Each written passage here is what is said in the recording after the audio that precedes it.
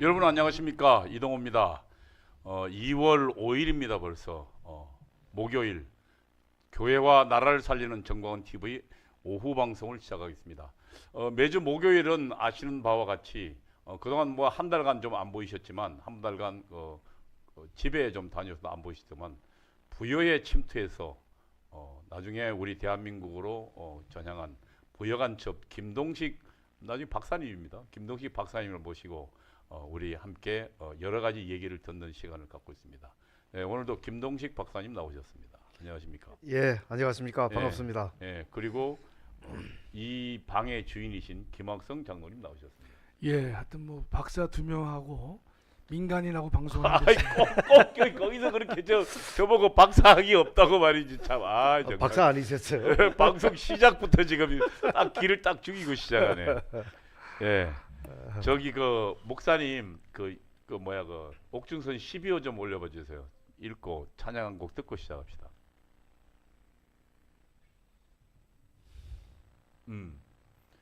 예. 이거 좀 한번 키워봐 주세요. 정광 목사님 옥중서신 12호, 국민 여러분, 저를 위해 기도해 주시고 걱정해 주심에 감사를 드립니다. 저희 옥중 생활은 6시 30분에 일어나면 바로 인원 점검, 조회를 하는 것으로 시작됩니다. 그리고 뜨거운 물을 하루에 3번 줍니다. 8시에 다시 조회를 하고 이후 쉬다가 11시에 점심을 먹습니다. 10시쯤에는 일반 접견을 합니다. 일반 접견은 5명 내로 제한하고 있습니다. 오후 2시경에 변호사 접견을 마치고 돌아오면 5시에 저녁 식사를 합니다. 식사 후에는 다시 인원 점검을 하고 점검 후에 TV를 시청합니다. 방송은 3개 방송사만 열어줍니다. MBC, KBS2, SBS만 볼 수 있으며 저녁 9시에 취침하는 것이 일과입니다. 일반 접견을 원하시는 분들은 교회 사무실로 연락해 주세요. 무조건 오신다고 해서 저를 만날 수는 없습니다. 저는 동부구치소에서 2달 살았고 서울구치소에서는 6개월을 살았으며 지금 있는 남부구치소에서는 얼마 동안 있을지 모르겠습니다. 좌파 대통령이 되면 무조건 저를 감옥에 보냅니다. 예, 문재인과 좌파 단체에서 76회로 고발하였으나 검사선에서 다 날아갔고 내란 선동 혐의, 집시법 위반, 선거법 위반, 문재인을 간첩이라고 하여 명예훼손 혐의로 재판을 받았으나 1심에서 무죄, 2심에서 무죄, 대법원에서까지 무죄를 받아 6천만 원의 보상금을 받았습니다. 이번 사건도 반드시 무죄가 될 것입니다. 우리 집회는 신혜식 대표가 사회하여 7시경에 끝났고 저는 첫 강사로 국민 저항권에 대해 설명한 뒤 바로 집으로 돌아왔습니다. 서부지법 난동 사건은 그 다음 날 새벽 3시에 일어난 것입니다. 저는 어제 검찰 조사를 2번째로 받았습니다. 남부구치소에서 공덕동에 있는 검찰로 가려면 1시간 정도 걸립니다. 경찰이 올린 내용을 보니 이것은 조작이요, 사기요, 소설이라고 대답했습니다. 저는 새벽 3시에 서부 사태가 일어날 때 잠자고 있었고 그 다음 주일에 트럼프 취임식에 가기 위하여 영종도 공항에 갔다가 그 사실을 알게 되었다고 진술했습니다. 기소가 될지 불기소가 될지는 검사의 마음에 달려있지만 저는 무조건 하나님께 감사하고 있습니다. 지금 기소는 됐죠, 장모님? 됐습니다. 예. 광화문 운동은 김대중, 노무현, 문재인이 평양에 가서 연방제 서명을 하고 온 것을 막고자 일어나게 되었으며 그중 가장 큰 이유는 문재인이 김정은을 도보다리에서 만나 USB를 넘겨준 사건입니다. 구조와 변호사를 통해 알아본 바에 따르면 그 USB 안에는 첫째로 세계 제1의 기술인 한국의 원자력 발전소 설계도와 둘째로 작전계획 5027이라는 군사 기밀이 들어 있었다고 합니다. 문재인은 지금도 간첩입니다. 사랑하는 애국 국민 여러분, 우리는 절대로 연방제 통일에 동의하면 안 됩니다. 예수한국 복음 통일 되어야 합니다. 다음에 또 소식을 전해드리겠습니다. 할렐루야. 전광훈 목사 드림. 예, 이게 12호입니다. 이제 남부구치소에 가서 처음으로 보내준 목사님 서신입니다. 네, 그러면 전광훈 목사님 찬양 한 곡 듣고 오늘 방송을 시작하겠습니다. 비바람이 앞길입니다. 비바람이 앞길 막아도 나는 가리입니다. 비바람이 앞길 막아도 나는 가리입니다. 찬송 한번 부르시고 하나님 말씀을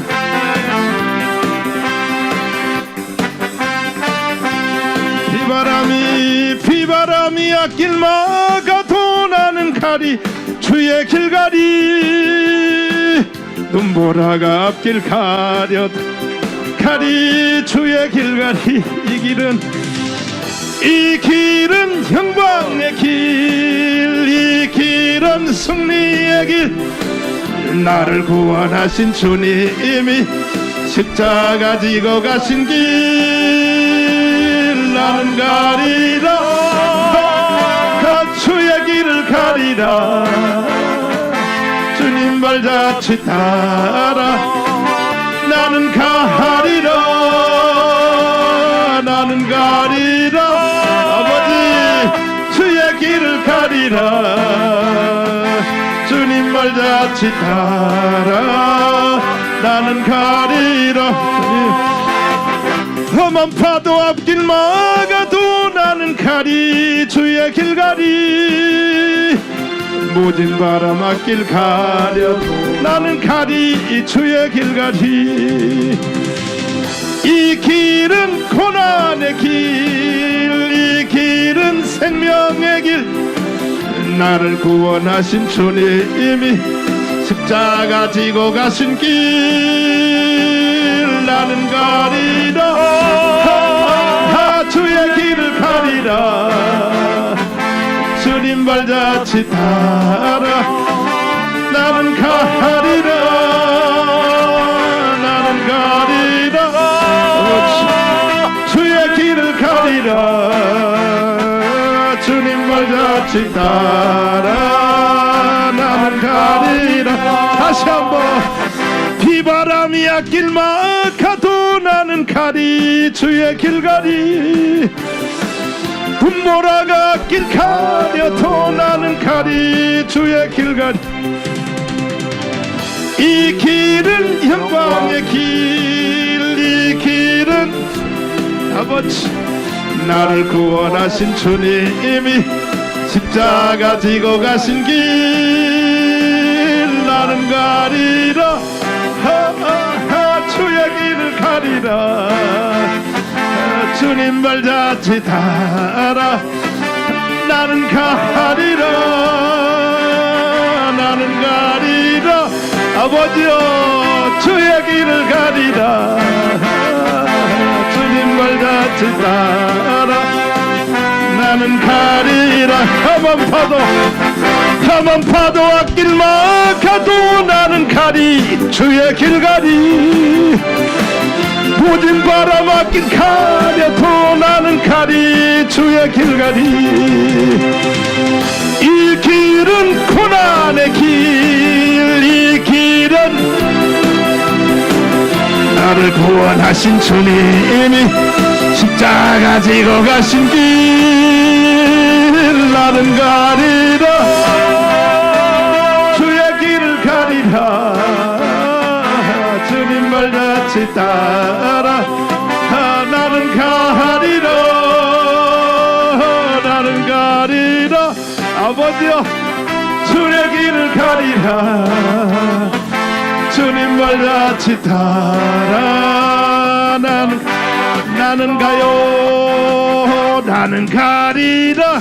아버지 주의 길을 가리라.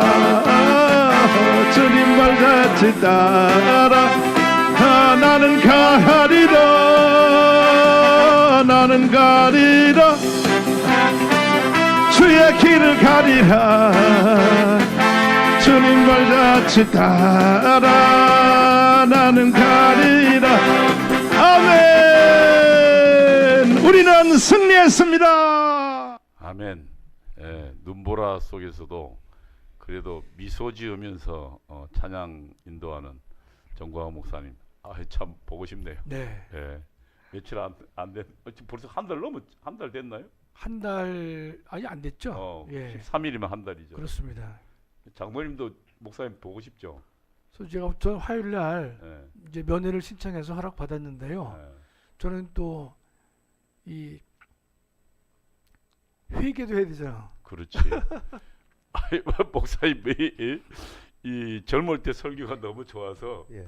본인이 목사님 이 빨리 나오게 하라는 기도가 안 나온다고 하다가 예. 그날 집에 가다가 차에 받쳐가지고 그러니까 좀 정리해서 말씀드리면요 이거예요. 그러니까 이제 목사님이 참 그 대한민국의 설교의 왕이라고 할 수가 있는데 네. 아무튼 이제 더 젊어서 하실 때와 예. 나이 드셔서 좀 다를 수 있잖아요. 예. 또는 이제 이 정치 문제가 예. 많이 이제 개입되다 보니까 예.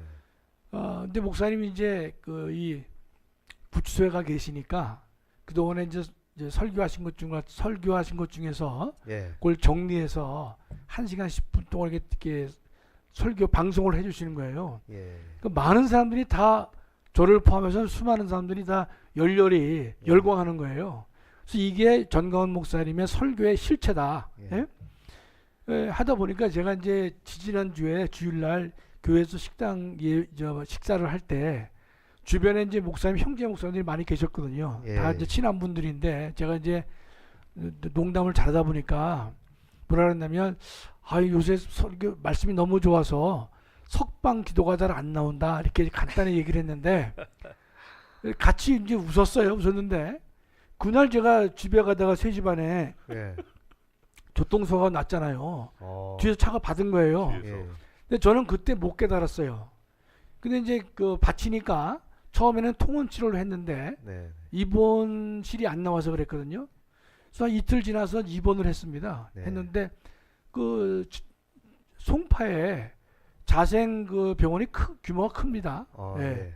거기가 이제 가든 5 큰 5개 건물이 뭉쳐진 곳에서 있기 때문에 이제 로비도 아주 넓고 그다음에 거기는 뭐 커피 사러도 다닐 수가 있고 1층에 빵집도 가고 다 할 수가 있을 만큼 자유로워요. 예. 그런데 10시면 이제 들어가야 됩니다. 10시면. 예. 그러니까 소등을 하고 이제 있다 보니까 되게 불편하더라고요. 예. 바로 목사님 생각이 나는 거예요. 예. 예. 이 병원에 입원해 보니까 이렇게 상당히 좋은 환경임에도 불구하고 되게 불편한데 예. 지금 목사님은 이제 억울하게 예. 지금 구치소에 계시는 거잖아요. 뭐 그렇죠. 1.8평 요 정도에서 옆으로 이게 돌려 누워도 상당히 불편하신 또 목도 아프시고 네, 네.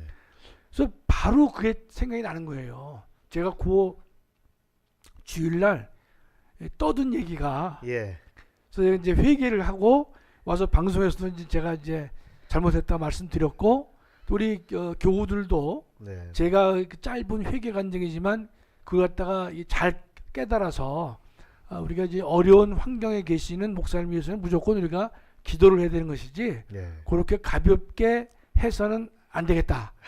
그런 제가 결심을 했는데 그것도 우리 교인들도 예. 함께 공유를 해 주십사 해서 예. 이제 근데 바로 깨달았어요. 예. 그때가 바로 오후 3시 반에 마쳤어요. 제가 차를요. 예. 예. 근데 참 지금 본 이야기를 하기 전에 세상이 전광훈 목사님의 모르는 게 있습니다. 네. 그게 뭐냐면 지금 세상은 전광훈 목사님이 광화문에서 예를 들면 이제 애국운동 하는 사람으로 뭐 그렇게만 알고 있지만 예. 사실은 전광훈 목사님을 이 물 위로 올린 것은 그의 설교입니다. 그의 신학이고 특히 그의 뭐 예를 들면 여러 가지 설교 중에 요즘 이제 유금주 목사가 이제 전광훈 목사님 설교지를 편찬하고 있는데 뭐 7대 명제를할지 그다음에 하나님의 구원 경영이랄지 뭐 이런 설교들을 보면 명설교 중에 명설교입니다. 무슨 얘기냐면 사실은 켈빈은 이제 성경을 여러 가지 이제 조직적으로 봐서 성경이 뜻하는 바가 뭐냐라는 것을 이제 로마서처럼 잘 정리했다면 전광훈 목사님의 설교는 사실은 성경이 여러 가지 조각조각들이 좀 있습니다. 예. 그래서 이제 전체적 그림을 참 보기가 어렵거든요. 성경이 그리고 또 여러 가지 또 비유적 언어도 있고 그다음에 함축적으로 설명해 놓은 것도 있어서 그래서 그거를 참 깨닫기 어려운데 그것을 뭐라 그럴까 하나의 그 이렇게 한 거로 꿰는 이 복음이라는 것으로 하나님의 구원 역사라는 걸로 하나를 쫙 깨버리는 그런 그래서 신약과 구약을 아예 통으로 보는 그런 눈을 제공하는 설교거든요. 그래서 사실은 정광 목사님 설교는 사도 바울 이래로 그러니까 가장 크다. 왜냐하면 저도 그런 명색이 신학한 사람이니까. 아, 예. 근데 그 이제 제 처인 유금주 교수도 교회사 전공한 교수잖아요. 예. 그 얘기하고 그리고 그 뭐 김철원 교수 다른 모든 그 최고의 신학자들이 정광원 목사의 설교는 이건 정말로 이 사도 바울 이래로 최고다라는 얘기를 하거든요. 예. 그러니까 오히려 그 루터나 그 다음에 칼빈보다도 이제 그래서 우리 그 김학성 장로님도 그 설교의 정수를 보신 거예요. 이제 최근에 이제 목사님 설교는 이 여러 가지가 막 그 이 짬뽕이 돼. 왜냐하면 뭐 여러 가지 국내적 상황이 예. 워낙 지금 이재명 뭐 저러고 하니까 안 좋으니까 이 설교 하시다가 중간 중간에 여러 얘기들이 들어가서 예. 사실은 좀 뭐라 그러는 목사님으로 약간 좀 설교가 좀 목사님 표현해야 하셨으니까 지저분하다 그러셨죠. 예, 본인 예. 설교가 본인이 예. 네, 본인 스스로 지저분하셨. 왜냐하면 설교에 복음 위에 다른 것들이 막 들어가는데 이제 최근에 이제 그 목사님 그 감옥 들어가시고 나면서 우리가 이제 좀 목사님 그 과거에 했던 설교를 다시 듣는데 그때는 이제 좀 다른 내용이 없어요. 젊었을 때 한 20년 가까이 전이니까 예. 그 액기스만 딱딱 또 들으니까 말씀에만 집중된 말씀에만 설교죠. 집중하니까 예, 그러니까 예. 막 눈에 쏙쏙 들어오는 예. 거예요. 예. 그 저는 사실은 이제 이 설교를 한 2년간 매일 2시간씩 들었어요. 예. 매일 2시간씩. 그러니까 그 아침에 2시간 운동하면서 거의 2년간 들었거든요. 그 이 방송 설교를. 그래서 이제 그 내용의 진술을 좀 봤는데 근데 이제 아마 지금 이걸 보는 사람들은 그 고백을 하고 있을 겁니다. 그래서 광화문에 모인 사람들이 아니 그동안 목사님이 직접 하는 설교보다 요즘 방송 설교 너무 압축적인 내용이 딱 집중돼 있으니까 좋다. 나는 얘기를 이제 우스갯소리를 했는데 예. 그 우스갯소리는 사실은 이제 또 이 영적 지도자한테 하면 안 된다 그러고 그래서 한 방 때려 맞고 지금 이제 네 오늘은 사실은 그 김동식 그 이 부여간첩 사실은 부여간첩의 김동식이라는 이름도 본인이 이제 그 이름을 쓰고 그러니까 그 신분증 이름이 그 남쪽에 내려올 때 신분증 이름이 김동 뭐였죠? 이 1차 때 김돈식이었습니다. 김돈식이었죠. 예. 이제 그게 이제 김동식으로 된 거죠. 그 제가 그냥 김돈식을 쓸까 하다가 그 뭐 그냥 돈자는 많이 안 쓰니까 그냥 김동식이라고 그냥 얼떨결에. 김돈식이라는 사람은 실제로 서울에 사는 사람이었습니까? 예, 김돈식은 지금도 아마 서울에 살 겁니다. 이문동에. 가깝네. 이문동에. 이문동에 사는 실존 인물입니다. 김돈식이라는 사람은 65년생이고요. 예, 그거는 연령도 뭐 그렇게 큰 차이 안 나네요. 예, 제가 1차 침투할 때 신분증 위조해 갖고 나올 때 그 인적 사항이 그 김돈식이요. 그러니까 두 번째 나올 때는 이름이 완전히 달라요. 이름이 두 번째 나올 때는 관악구 봉천동에 사는 박광선이라는 사람의 신분증을 위조해 갖고 그 박광선은 62년생이고요. 62년생. 예, 그렇게 그러니까 뭐 여기 나올 때는 다 신분증 위조해 갖고 나오니까 그런데 갑자기 잡혔는데 이름을 자꾸 대라고 그러는데 뭐 가만 생각하다가 뭐 공작원은 워낙 가명을 많이 쓰니까 어떤 이름으로 될까 하다가 그냥 뭐 김동식이라고 하자 해갖고 제가 원래 평양에서 쓰는 이름 아니 그 북한에 쓰는 이름은 뭐였어요? 북한에서는 제가 이철호라는 이름을 썼습니다. 이철우. 이철호. 예. 그 전에는 또 박승국이라는 이름도 쓰고 하여튼 전 뭐 가명이 많습니다. 공작부서는 주로 가명 많이 쓰죠. 공작원들은 뭐 100% 가명입니다. 그러니까 본명을 쓰는 공작원 한 명도 없어요.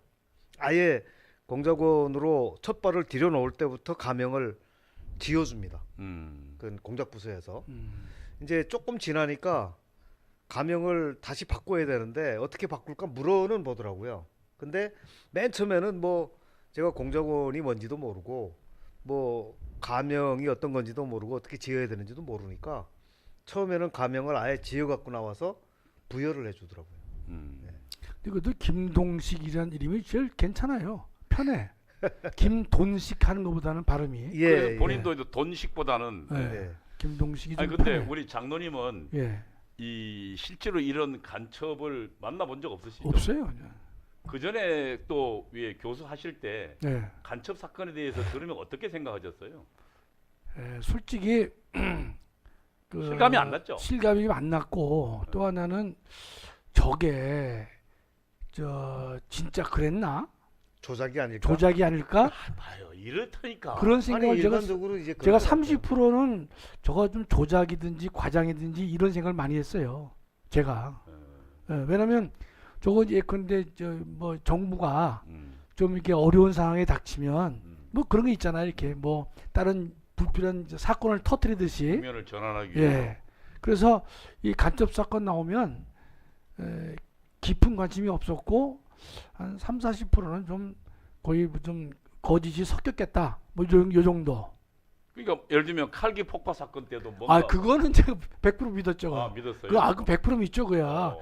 아, 그건 당연히 믿지. 근데 만약에 이제 저렇게 그 이제 중부 지역당 뭐 저런 저 발표가 되잖아요. 간첩 조직만 되면 그래 뭐 전혀 거짓은 아니겠지만 하여튼 개인적으로 크게 관심을 안 두고 한 30~40%는 좀 이렇게 깎아 내리는 듯한 이제 그런 생각을 이제 많이 했으니까 일반 국민들은 더 하겠죠. 더 하겠죠. 그러니까 지금 좋아합니다. 예. 사실은 그 법대 그 학장하면서 예. 헌법을 한 분이 좀 이렇게 우리나라의 최고의 엘리트 계층의 아, 또 분이 저는 자유우파잖아요. 그게 생각 우파잖아, 자체가 생각 자체가. 우파인데도 불구하고 저 문제에 대해서는 이제 조금 좀 약간 회의적인, 약간 뭐 저기 100% 뭔가 아니- 있고.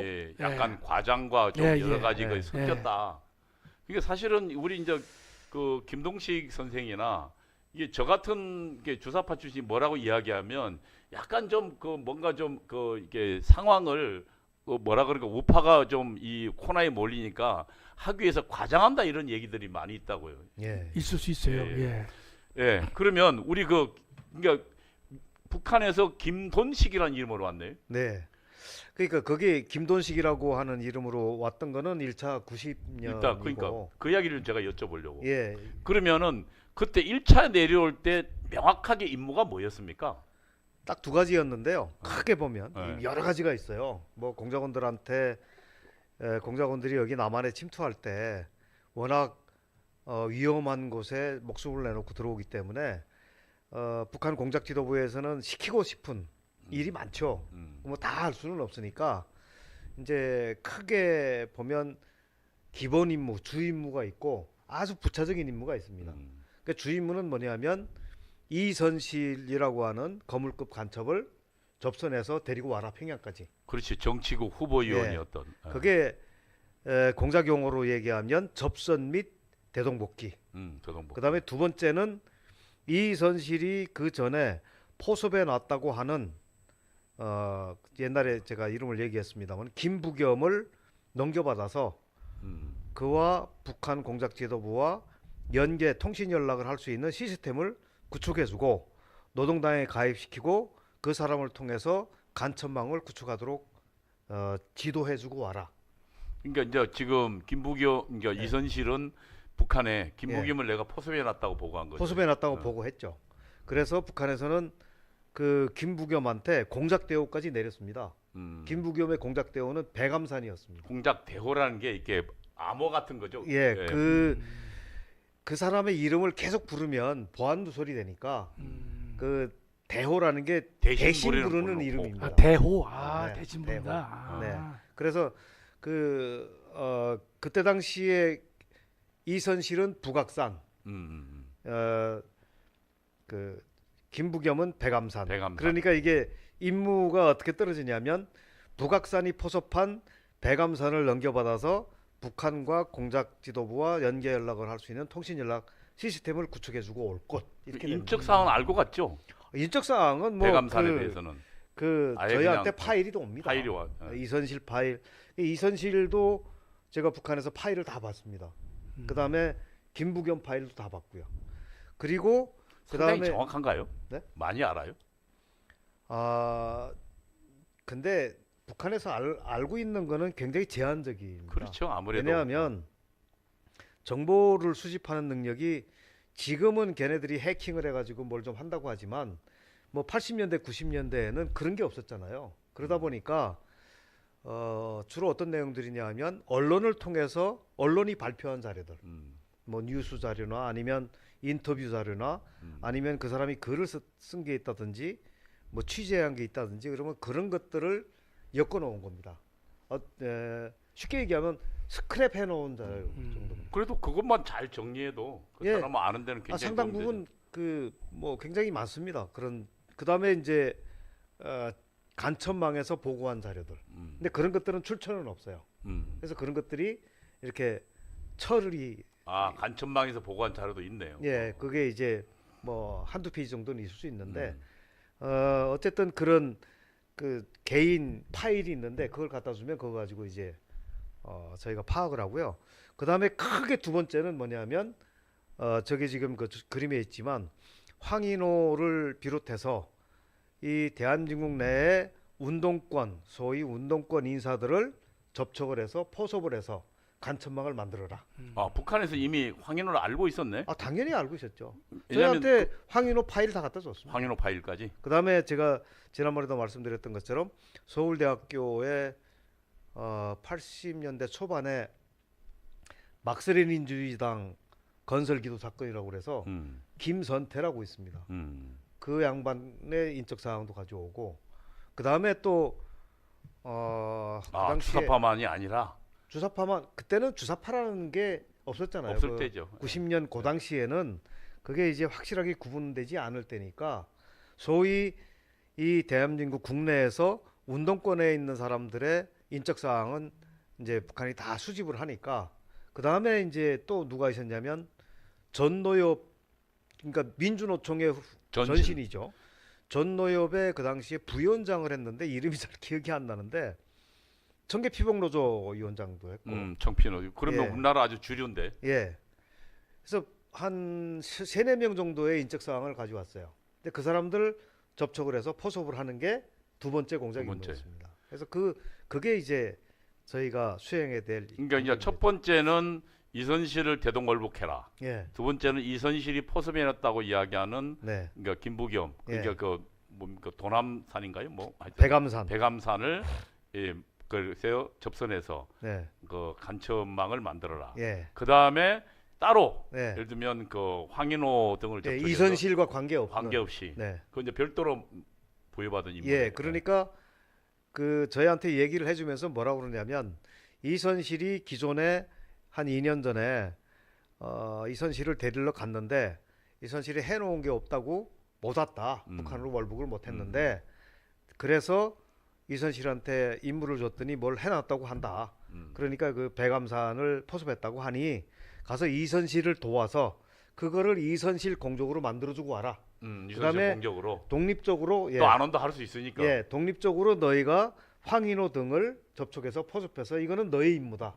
그래서 저희는 지원해주는 임무, 제 독립적인 임무 그렇게 두 가지 임무를 갖고 나왔어요. 야, 그러니까 그러고 난 다음에 이 최고의 지금 중부 지역당을 결국 예. 만들고 이제 북으로 가신 거 아니에요? 중부지역당은 저희가 이 황인호를 포섭해서 황인호한테 저희가 부여한 임무를 줬습니다. 뭐 물론 그건 다 북한에서 상의를 하고 나왔던 임무인데 황인호가 강원도 사람, 정선 사람이니까 강원도와 연결되어 있는 정선 사람인데 그 전에 이미 그 뭡니까 사북 사태 때 예. 그 파업하고 폭동을 주도했던 사람이죠. 아 그거는 뭐 저희가 다 알고 네, 있었죠. 사북 사태 때 네. 정선에 그 사북 지역에 폭동 사태가 일어났었어요. 형이죠. 황인호가. 예, 예, 황인호가. 그렇죠. 예. 그래서 그때 이미 거기를 주동했던 인물이고 감옥도 갔다 왔죠. 예. 예. 그래서 그 황인호를 포섭하면 황인호를 통해서 중부 지역 그러니까 강원도하고 충청도 지역을 포괄하는 그 지역 안에다가 간첩망을 구축해라. 그게 바로 중부 지역당이라고 하는 게 그래서 나온 거예요. 그래서 나온 거죠. 예. 그럼 저게 중부 지역 말고 다른 지역에도 저런 조직을 만들지 않았을까요? 만들죠, 당연히. 근데 이제 이쪽 임무는 아니지. 이쪽 임무는 아니고, 저희 임무는 아닌데 아니고. 저희가 뭐 공작조가 할 수 있는 이제 한계가 한계가 있으니까 아, 저희가 뭐 강원도 지역, 중부 지역에도 만들고 서울 지역에도 만들고 경인 지역 만들고 다 만들 수는 없잖아요. 그리고 다 연계해 놓으면 한꺼번에 다 털리잖아요. 털리니까 그래서 분리해서. 이 선들을 분리해요. 그래서 지금 사실은 지금까지 드러난 그 여러 간첩 사건들을 보면 저희가 중부 지역을 만들었지 않습니까? 왕재산 간첩단 사건이 인천 지역입니다. 인천 지역이요. 그 다음에 창원 간첩단 사건 최근에 있었던 창원 간첩단 사건은 경상남도 지역입니다. 경남도 지역이고. 그 다음에 제주 청주. 간첩단 사건은 제주도 지역. 제주도고. 그 다음에 청주 간첩단 사건은 충청북도 북도 지역입니다. 그 다음에 영남위원회 사건은 울산 그 경북 지역. 민족민주혁명당 당시의 네. 영남위원회입니다. 그 민혁당 사건이라고 하는 게 호남하고 영남 쪽. 그렇지. 그래서 그리고 아니 일- 경기도 네. 민혁당은 그 경기 남부하고 그 다음에 그러니까 그 세친 경기 동부죠. 경기 동부하고 그 다음에 호남 영남이고. 예. 그 다음에 민노총 간첩단 사건은 그 북한에서 어떻게 하냐면 지역 단위의 조직, 그 다음에 부문 단위의 조직을 만듭니다. 그리고 이 부문이라는 게 민노총은 뭐냐면 노동, 농민, 뭐 도시 빈민 이런 거를 지역이 부문이라- 아니라 지역이 예. 아니라 어떤 뭐 계층, 맞아요. 계급 음. 조직을 부문이라 그래요. 예, 내가 그래서 설명하니까 아주 그래서 그 민노총 간첩단 사건은 바로 노동 계급 분야, 노동 분야의 총체적인 어떤 지휘를 할 수 있는 지도부 조직이라고 볼 수가 있습니다. 그러니까 우리나라를 촘촘히 지역과 각 계급 단위로 엮는 거예요. 그리고 그런 내가 볼 때 것들은 시민사회단체도 또 있을 거라고. 그렇죠. 예. 예. 그러니까 기존에 1심의 간첩단 사건이라는 게 있었습니다. 일심이 그거는 있죠. 뭐냐면 그때 당시에 진보당, 그러니까 그때는 민노당이었죠. 민주노동당. 민주노동당.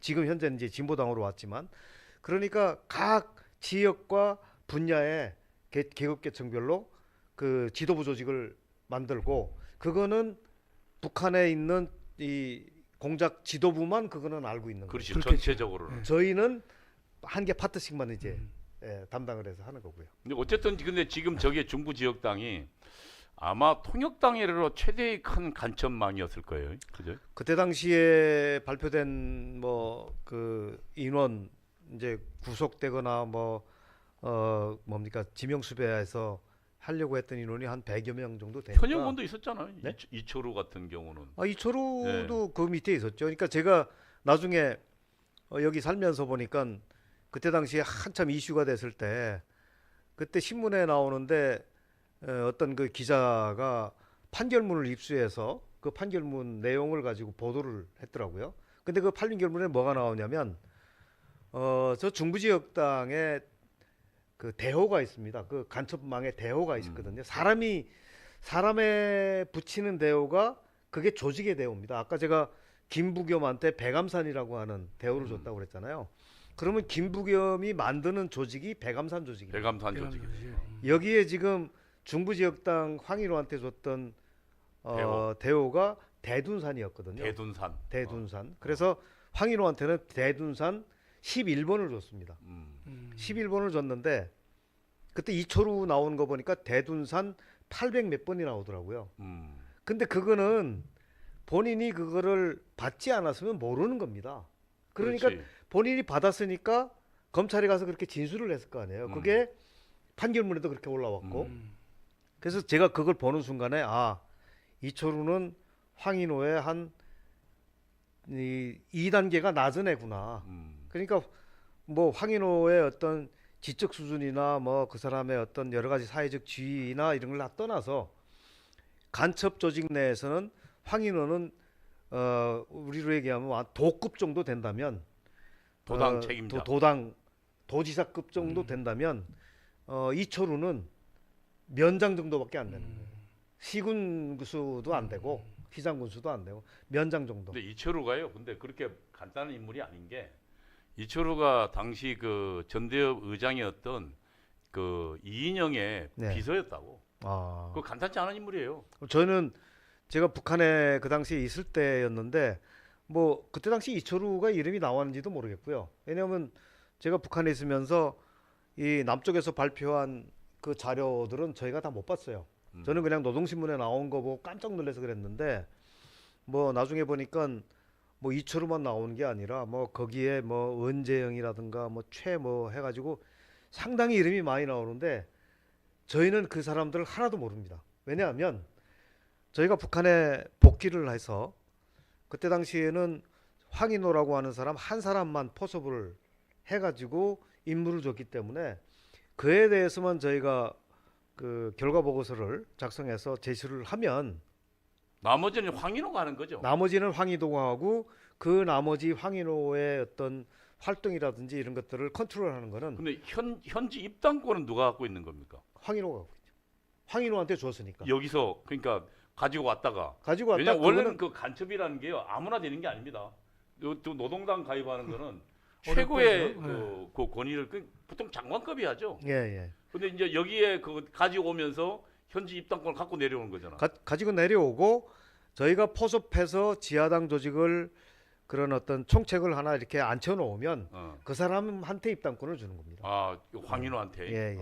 그러니까 그렇게 입당권을 주고 물론 그때 황인호는 저희가 데리고 북한 평양까지 갔었죠. 다시 이제 임무를 줘가지고 내보냈는데 그러니까 나머지 현지 입당권은 황인호가 다 입당시킨 거죠. 입당시킨 거죠. 그때 그 뒤에 보면 황인호가 현지 입당할 때 왜 북한 노동당 기랑 뭐 있잖아. 그 김일성 부자 사진. 네. 그거는 없나?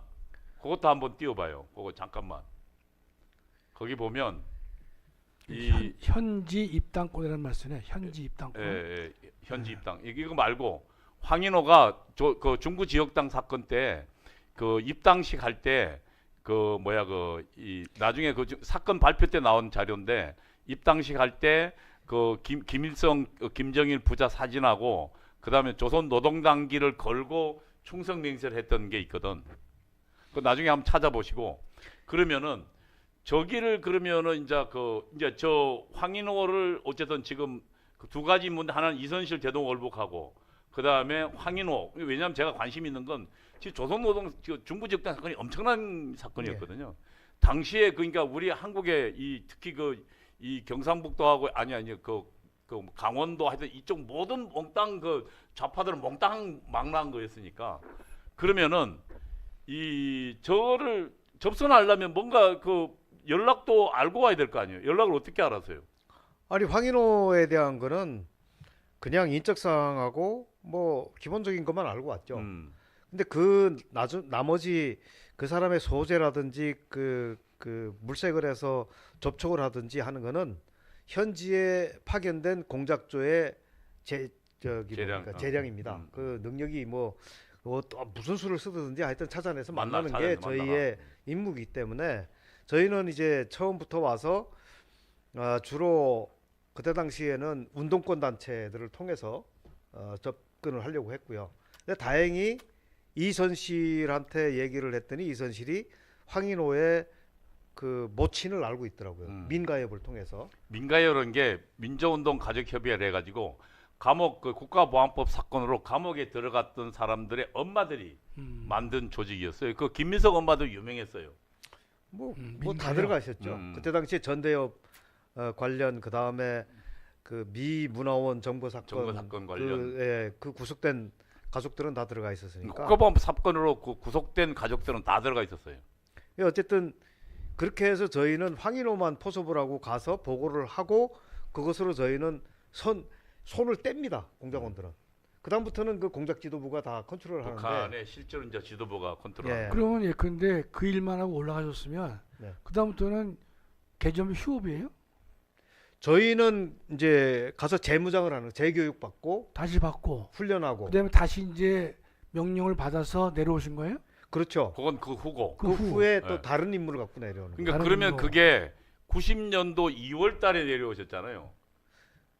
아니죠. 90년 저게 2월로 돼 있는데. 2월 10월 됐지? 국내 침투.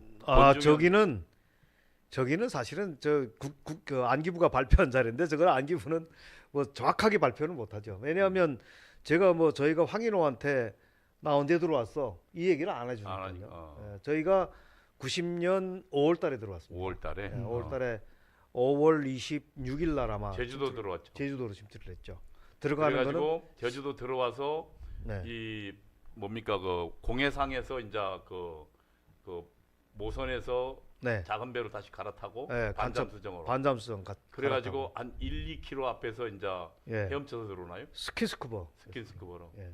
아, 나도 그러면 그때가 1차 때 들어오신 거예요? 90년 5월이? 5월이? 90년 예. 5월. 90년 5월이요. 그래가지고 그 스킨스쿠버로 들어와서 그 도착한 게 제주도 어디 쪽이었습니까? 카로텔 앞으로 들어왔습니다. 아, 야, 서귀포 카로텔 앞. 대담하네. 호텔 앞으로. 아니 그 뭐 호텔은 조금 떨어져 있습니다. 예. 그 해안에서. 어. 예, 그리고 그 해안 쪽에는 주로 새벽녘에? 이제 보통 뭐 한 12시 전후로 들어옵니다. 밤 12시. 그러니까 아예 새벽에는 안 들어와요. 음. 그러니까 왜냐하면 우리를 데려다 주는 친구들이 있어요. 전투원이라고 해서 안내 요원들이 있는데 얘네들이 저희를 데려다 주고는 철수를 해야 되기 때문에 그렇게 시간을 늦출 수는 없어요. 그러니까 초저녁에 들어옵니다. 사실은 한 11시 전후 시간이면 해안에 다 도착합니다. 네, 그래서 거기서 들어와서 걔네들하고 헤어져서 그러니까 걔네들은 스킨스쿠버 할 때는 그냥 수영을 하는 거죠. 한 1km 정도. 스킨스쿠버라는 게 아시지 않습니까? 이 저 슈트 있고 슈트 있고 그다음에 오리발 차고. 오리발 차고.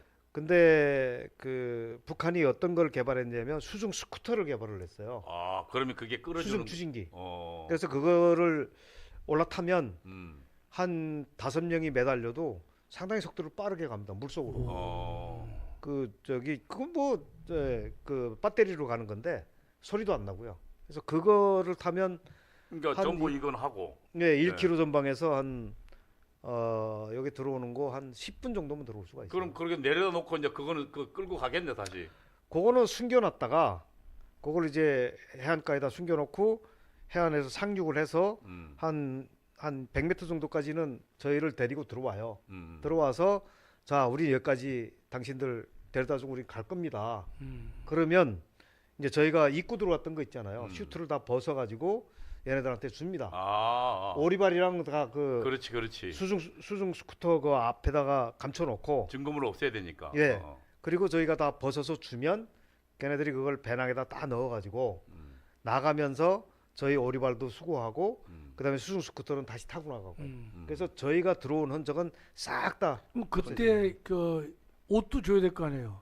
김 선생이 입을 옷. 저희 저쪽에서. 그 옷은 갖고 오지. 배낭에다 다 넣어갖고. 배낭에 넣었으니까. 예, 갖고 배낭에다가 와서 이제 스쿠버 장비 벗고 그것으로 갈아입는 거죠. 이게 정확히 좀 더 자세히 말씀드리면 공작원들은 슈트를 입는 게 아니고 방수복을 입어요. 우리 우주복이라고 생각하시면 돼요. 우주복 안에다 옷 입잖아요. 네, 예. 그래서 그렇게 저희는 옷을 다 입어요. 아. 잠바, 뭐 청바지 같은 거 다 입고 입고 그다음에 겉옷- 방수복을 아. 겉에다 입습니다. 겉에다 방수. 그래서 이거를 싹 벗으면 옷이에요. 그냥. 아. 그러면 이거 그대로 거기서 이제 활동을 해서 들어오는데 대신에 배낭에다가 깔끔한 그 외출복을 갈아입을 옷을 갖고 들어옵니다. 왜냐하면 여기 뭐 밤에 움직이면 여기 뭐 흙도 그렇죠. 먹고 뭐 그렇지. 난장판이 되니까.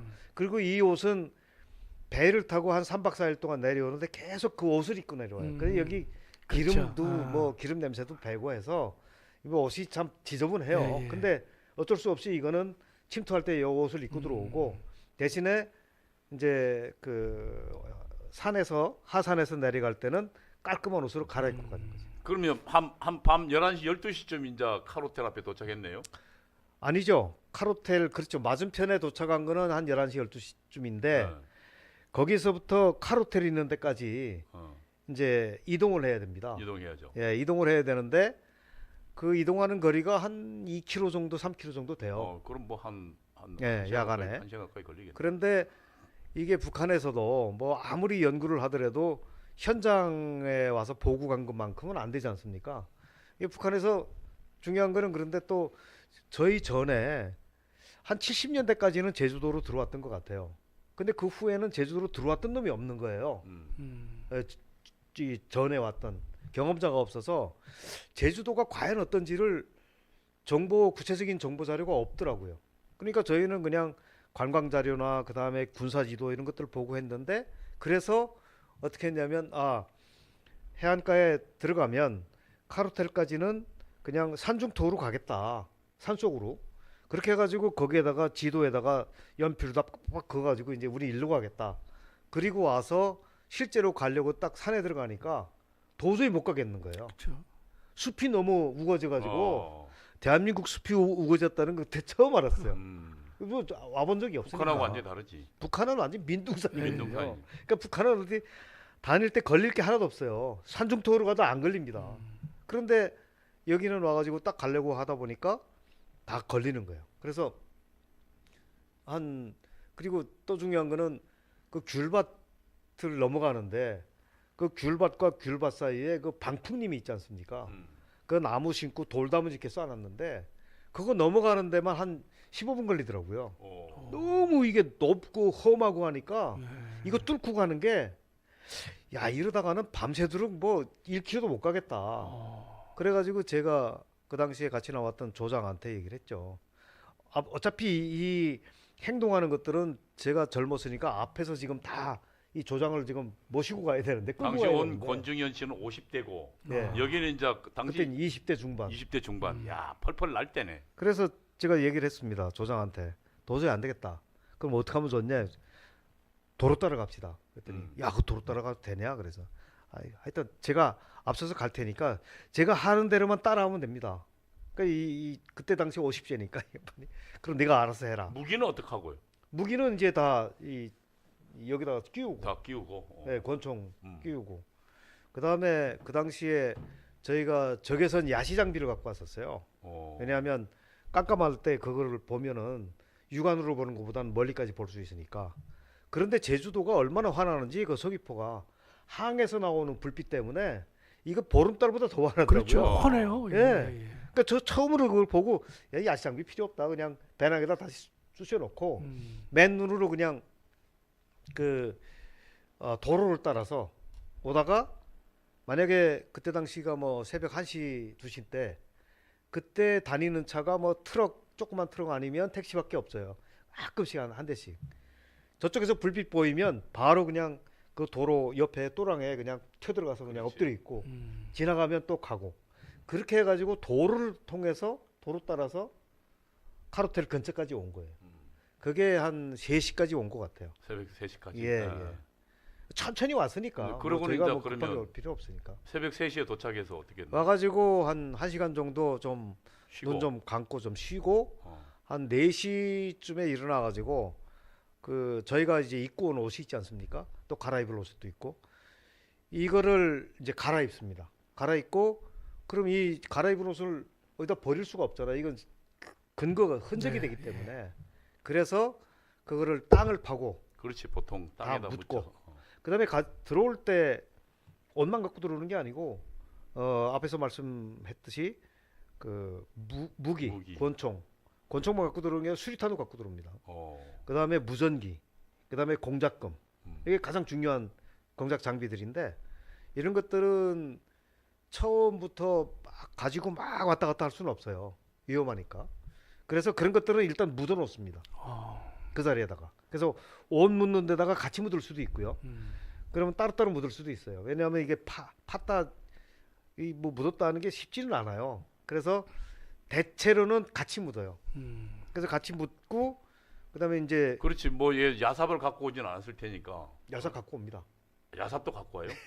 야. 왜냐하면 뭐를 파겠어요. 그렇지, 밤에 그렇지. 와서 그렇지. 야삽 없이는 안 되지. 꼬챙이를 팔 수도 어, 없고 맞아. 야선삽은 갖고 들어옵니다. 갖고 들어오고 어느 정도로 디테일하게 준비를 해갖고 들어오냐면 일단 장갑도 하나 흰 장갑 같은 거 목장갑 가지고 들어올 수도 있고 그게 없으면 일단 맨손으로 하긴 하는데 반드시 뭘 갖고 들어오냐면 물수건을 갖고 들어옵니다. 물수건을 물을 적셔가지고 그거를 비닐팩에다 넣어갖고 들어옵니다. 왜냐하면 작업이 끝난 다음에 손을 이 씻어야 손톱 여기다 야. 들어가 있는 흙을 다 깨끗이 씻어야 되고 되니까. 야. 정말 철두철미. 전문가적 디테일이네. 예. 예. 왜냐하면 이게 목숨하고 관련된 거니까. 그렇지. 이게 저희는 안 죽기 위해서 최선을 다하는 근데 거예요. 요즘은 목숨도 안 걸리던데.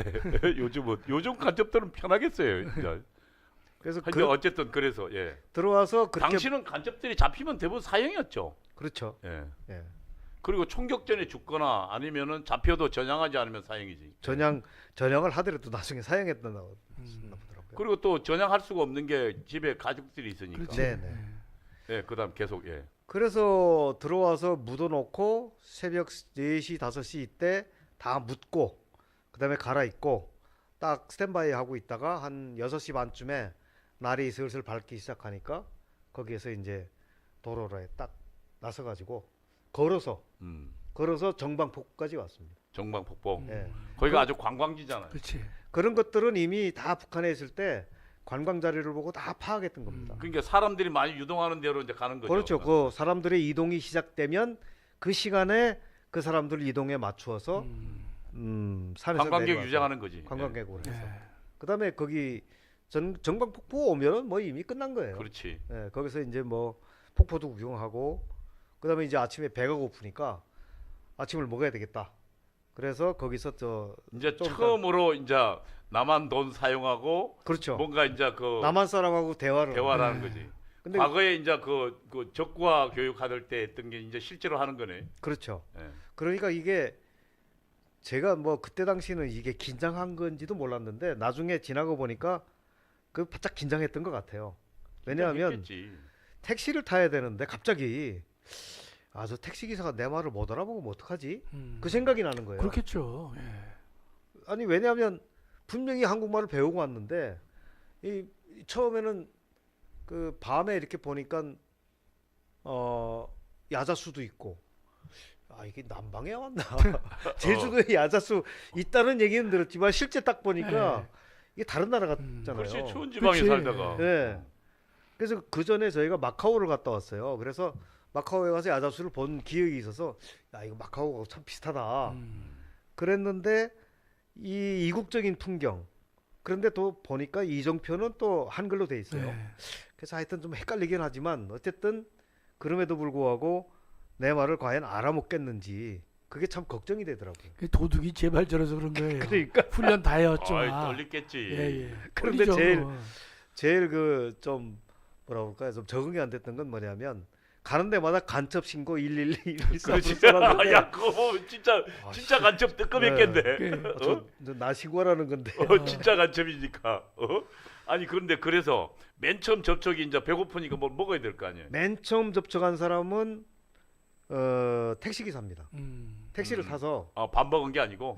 택시를 타고 제주 시내까지 들어오는데 정강폭포에서 그래서 이제 속으로 몇 번 굴려봤죠. 입 안으로. 그래서 굴려보고 시뮬레이션 나서 한 거지. 시뮬레이션. 그리고 나서 택시를 타고 기사님한테 그 얘기를 했어요. 동명백화점까지 갑시다. 어디 가세요? 그래서 동명백화점까지 갑시다. 근데 동명백화점이라고 하는 거는 제가 북한에서 기억을 하고 나왔거든요. 그래서 얘기를 했더니 알아먹고 가더라고요. 그래서 속으로 이제 됐다. 그 첫 마디가 그래서 그다음에 뭐 백화점 가서 거기서 이제 동네 그 옆에 그 국밥집 들어가 가지고 그 당시에 뭐 설렁탕을 먹었는지 아니면 뭡니까 육개장을 먹었는지 육개장을 먹었던 것 같아요. 그 먹고 그 다음에 그 시장에 가서 옷 사가지고 갈아입고 이게 그 공작원들이 들어올 때 지금은 그 이후에는 좀 괜찮아졌는데 저희 때만 하더라도 90년만 하더라도 남북 교류가 거의 없었습니다. 그렇지. 그래서 북한에 한국 제품이 없었어요. 그래서 저희가 옷을 입고 나오는데 전부 일제를 갖고 온 거예요. 근데 일제는 뭐 한국제보다는 그래도 좋잖아요. 그렇죠. 그 당시에도.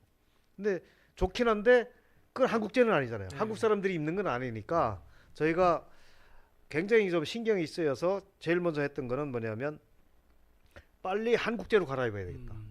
그래서 시장에 가서 그때 당시 제가 양복을 사 입었어요. 회색 양복 하나 사 입고 한국에 와서 이제 예. 공작금으로. 그 다음에 이제 조장은 잠바하고 이제 바지 하나 사고 그 다음에 신발도 그때 당시에는 그때 신발을 아마 영국제를 신고 나왔던 약간 것 좀 같은데 이 앞으로 좀. 예 그래가지고 그냥 그거 신발하고 옷하고 사가지고 갈아입고 그 다음부터는 한 일주일 동안은 주로 관광지 다니면서 그럴 때 세 분이 움직인 거예요? 둘이. 두 명, 50대와 우리 저 예. 동생 그러니까 그냥 얼핏 보면 부자 비슷하죠. 부자지 뭐 그죠. 네. 그 양반이 그 당시 50이었으니까 여기 20대 중반이고 그치. 딱 부자죠. 그분이 뭐. 41년생이었는데 어. 지금 뭐 살아있으면 한 80 중반 됐겠죠. 그럼 아. 그분은 어디 갔어요? 북한에 갔어요? 그때 같이 왔다 같이 갔죠. 아. 그 사람은 우리 이거 김동식 박사는 다시 왔다가 잡힌 거고. 그러니까 거기는 이제 나중에 영웅 치고 받고 뭐 처음 북한에- 내려온 사람은 이제 50대 그 사람은 북한에 가서 북한에 가서 잘 먹고 잘 살았겠지. 뭐. 한 3년 정도 있다가 공작원에서 해임됐습니다. 나갔어요 본인이. 왜냐하면 뭐 북한도 뭐 공작부서도 그렇고 좀 썩었고, 근데 거기서 이제 이분은 원래 이 양반은 원래 노동당 간부 한 군수급 되는 시장 군수급 되는 사람이에요. 고위급이었어요. 고위급이네. 원래부터도. 어. 그래서 여기 그 공작부서 간부들하고 굉장히 트러블이 많았어요. 이 양반은 원칙적으로 하려고 그러고 공작부서 사람들은 거기서 이제 뭐 잔뼈가 굵다 보니까 뭐 좀 약간 뭐 이러고 하니까 트러블 좀 있어가지고 그러다가 저도 그랬겠어요. 저도 그랬으니까. 근데 그분이 이제 이딴 식으로 하면 난 못한다. 그래가지고 나가서 실제로 제가 94년도에 만났는데 93년에 나갔는데요. 94년도에 제가 실제 만났더니 그때 당시에 뭘 했냐면 94년, 95년도에 평양에 그 역포구역이라고 하는 데가 있습니다. 역포구역이 저쪽 그 평양시의 남부에 한 개 우리로 치면 구입니다. 거기에 책임비서를 했어요. 그러니까 시장, 평양시 구의 책임 부서 구청장. 굉장히 오. 높은 직위죠. 그냥 그거는 김정일이 사인해야 되는 음. 직책이에요. 근데 그거 가서 이제 다시 그거를 했죠. 그분은 뭐 원래 노동당 간부 출신이니까. 다음 주에는 저거 평양에 구 지도 네. 좀 보여주세요. 구 지도. 알겠습니다. 그래? 공부하게. 아니 하여튼 그리고 하여튼 예. 나중에 이제 그 황인호 만난 것부터 대동몰 들을 얘기도 많은데 우선 그럼 네. 시작할 때 예. 평양 구지도 좀 보여주세요. 그러니까요. 예? 뭐 그 지금이라도 찾으면 아마 있을 거예요. 아니 네. 그래도 예. 그 이제 잘 아시는 분이 예, 예. 요건 요렇고 예. 요런 건 여기 특성이 여기 있고 아. 김일성 동상은 예컨대 지금 어느 구에 있고 그렇지. 아, 그런 예, 거 있잖아요. 예, 예. 김일성 알겠습니다. 동상이 거기가 과거에 우리 평양 최초의 대부흥운동이 일어났던 지역이거든. 거기가 아마 장대제라고 그래서 예, 그러니까 그 장대현 교회가 있던. 예, 장대현 교회가 거기 있었어요. 거기가 평양의 대부흥운동이 시작됐던 평양의 중심입니다. 예. 거기가. 아, 중심이고 그 모란봉 줄기가 이렇게 돼 있어가지고 그게 좀 높습니다. 그러니까 거기다 김부자 동상을 그 높은 데다 세워놓은 거예요. 거기가 교회가 있던 데예요. 아, 그리고 그럼 이제 우리가 평양에 대해서 네. 그 우리 냉면 잘하는 데 있잖아요. 옥류관요. 옥류관은 어느 구에 있고 예. 이런 몇 가지를 좀 얘기해 주시면 아, 그럼 제가 나중에 다음번에는 다음번에 평양의 그 행정구역 지리에 대해서 한번 그렇지. 소개를 약도도 해드리겠습니다. 하나 좀 그럼요. 만들어 가지고. 예. 그래야지 우리가 맨날 평양 그러면 평양밖에 몰라. 아, 메모를 그렇죠? 좀 해놔야 되겠다. 그렇지. 몇 그러니까 개를- 좀 아시니까 아예 예. 그냥 그런 약도를 하나 만들어서 특징을 좀 말씀해 우리한테 주시면 설명이 우리가 좀 재밌겠다. 공부가 잘 되고 제가 한번 만들어 보겠습니다. 예. 아니 나중에 우리가 또 평양에 그 접수해서 부흥회하러 가야 되기 때문에 평양 지리를 좀 알아야 돼. 예. 예. 네, 벌써 1시간이 됐습니다. 저희가 매주 목요일은 우리 김동식 박사 모시고 지금 아직도 많은 사람들이 야 대한민국에 무슨 간첩이 있어 간첩 같은 소리 하지 마라고 하는 사람이 있습니다. 그러나 사실은 북한은 대남 공작부서와 간첩을 가지고 대한민국의 주사파를 만들고 정치 경제 모든 면을 조종해 왔습니다. 지금 우리가 지금 그 정권을 뺏기고 그리고 윤석열 대통령이 감옥 가 있는 것도 사실은 북한의 윤석열 대통령 당선되면부터 탄핵하라고 지령하잖아요. 그래서 북한의 공작부서의 활동과 연관시키지 않으면 도저히 이해할 수 없습니다. 그렇기 때문에 우리 김동식 선생의 이 증언 그리고 지금 현재도 활동하고 있다는 이런 것들을 우리는 분명히 좀 알아야 될 것 같습니다. 매주 목요일 날 여러분이 관심을 가지시고 이 시간에 많이 참석해 주시기 바랍니다. 그리고 우리 김동식 박사께서 하고 있는 그것도 있죠. 김동식 TV가 예, 김동식 있습니다. TV도 한번 띄워봐 주실래요? 거기서는 주로 뭐 요새는 북한의 그 주간 북한 동향을 예. 제가 이렇게 취합을 해가지고 분석을 해드리고 설명해드리는 예, 예, 예, 그런- 이게 지금 띄워봐 주시죠. 이게 지금 김동식 TV입니다. 여기에 여러분이 자율 구독도 좀 해주시고 김동식 선생께서 좀 하시고 있는 여러 방송들을 여러분이 좀 그 과외로 많이 좀 들어가서 보시고 클릭도 눌러주시고 하셨으면 좋겠습니다. 네, 감사합니다. 오늘은 여기까지 하겠습니다. 예, 네, 감사합니다. 제가 잠깐 그 하나만 좀 말씀드릴게요. 아까 보니까 이제 황중선 장로님에 대해서 질문하는 분이 많이 계시는데 잠깐 좀 설명을 드릴게요. 황 장로님이 목사님을 가장 그 근거리에서 경호를 몇 년 하셨어요. 그래서 그렇지.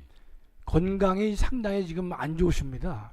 그래서 지금 저희가 어떻게 하고 있냐면 목사님이 지금 근데 구치소에 계시기 때문에 그 기간 동안에 앞으로는 모르지만 당장은 황 장로님 건강 회복하시라고 우리가 권면을 많이 하고 있습니다. 그래서 건강한 이동호 장로하고 저하고 둘이서 이 2시 방송을 하고 있거든요. 주일날 예배는 나오십니다. 예배 나오시죠. 네. 그러니까 전혀 뭐 미국에 가셨다든지 뭐 다른 일이 있는 건 아니고요. 조금은 좀 휴지기를 좀 가질 필요가 있어서 저희가 방송에도 초대를 안 하고 있어요. 그렇기 때문에 여러분 그 궁금증을 많이 가지고 계셔서 설명을 드리는 것이고, 또 하나는 우리가 이제 방송할 때마다 우리 자유통일당의 후원금을 좀 많이 내주십사라고 말씀을 드리거든요. 그러니까 어제도 4분이나 했는데 저희가 2사람밖에 설명을 못했다고 그래서 저 집에서도 이제 한 말 들었었는데, 혼났대요. 예. 박연미 권사한테. 그래서 우리가 뭐 다 어려우시겠지만 혹시나 마음에 감동이 되신 분들은 우리 자유통일당에 후원금을 내주시면 그것은 자통당도 살리고 또 사랑제일교회도 살리는 또 이 중앙선관위에서 우리 교회와 자유통일당에 대해서 상당히 이제 압력을 많이 좀 가하고 있습니다. 간단히 설명드리면 그 자유통일당이 돈이 없으니까 이 총선이나 대통령 선거 같은 경우는 돈이 수십억씩 들잖아요. 그 비용을 우리 사랑제일교회에서 빌렸습니다. 그래서 빌려서 그 내용을 선거를 치렀거든요. 그러다 보니까 중앙선관위에서 이 불법 정치자금 아니냐라고 계속 지금 압박하고 있는 겁니다. 그래서 만약에 여러분이 자유통일당에다가 후원을 해주시면 후원금은 액수는 별로 상관이 없거든요. 개인 후원은 뭐 한도가 없습니다. 10만 원까지는 또 세금 다 그러니까 금액 전액을 갖다가 돌려주잖아요. 하고 그 예. 당원들 같은 경우에는 그 뭐 예를 들면 뭐 100만 원, 1000만 원 얼마든지 후원할 수 있거든요. 네. 그래서 후원을 해주시면 그 돈 가지고 사랑제일교회에 이제 갚으면 되니까 사실상 그 돈이 사랑제일교회로 다시 돌아오는 겁니다. 네. 그래서 자유통일당도 돕고 사랑제일교회도 돕는 그런 후원금이 되겠습니다. 네. 네, 그러면 오늘 여기까지 하고 내일은 그 금요일 날은 또 이 목요일 금요일이 바쁘군요. 금요일은 이승만 대통령에 대해서 예, 알겠습니다. 이승만 대통령이 공부하는 유석춘 교수 모시고 하는 시간이 되겠습니다. 네, 그러면 이승만 대통령 구호로 마치겠습니다. 네. 제가 선창하겠습니다. 뭉치자! 뭉치자! 싸우자! 싸우자! 이기자! 이기자! 감사합니다. 감사합니다. 감사합니다.